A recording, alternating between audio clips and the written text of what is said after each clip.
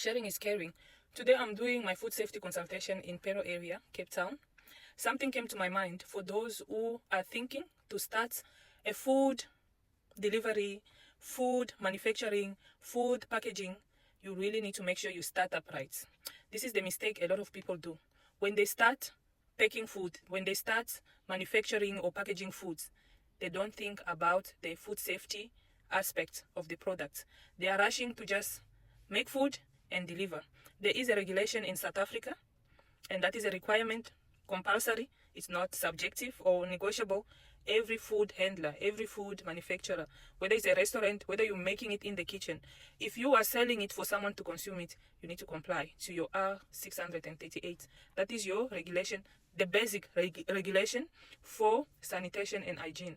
That's it's not subjective.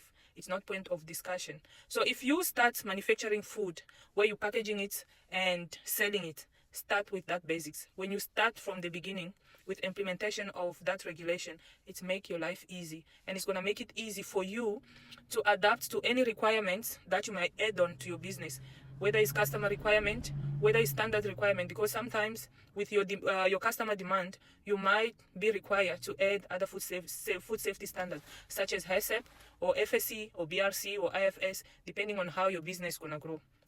But your basic one that you need to start up with starts with your R638 implementation of that regulation.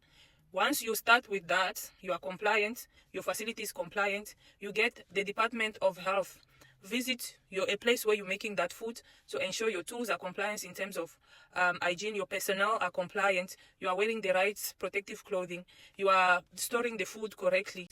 You need to start right, because once your business becomes big, you're going to spend a lot of money and a lot of time in order for you to implement this. And hopefully by then you are not already in trouble, because you need to make sure that the food that you are supplying is compliant to South African regulation.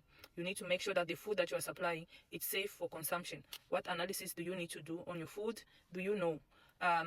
If you need help with that, I can definitely assist in terms of analysis that you need to analyze your product, to ensure that you are doing it at the right frequency, and also ensuring that the product, before you give it to the customer, it's safe for consumption.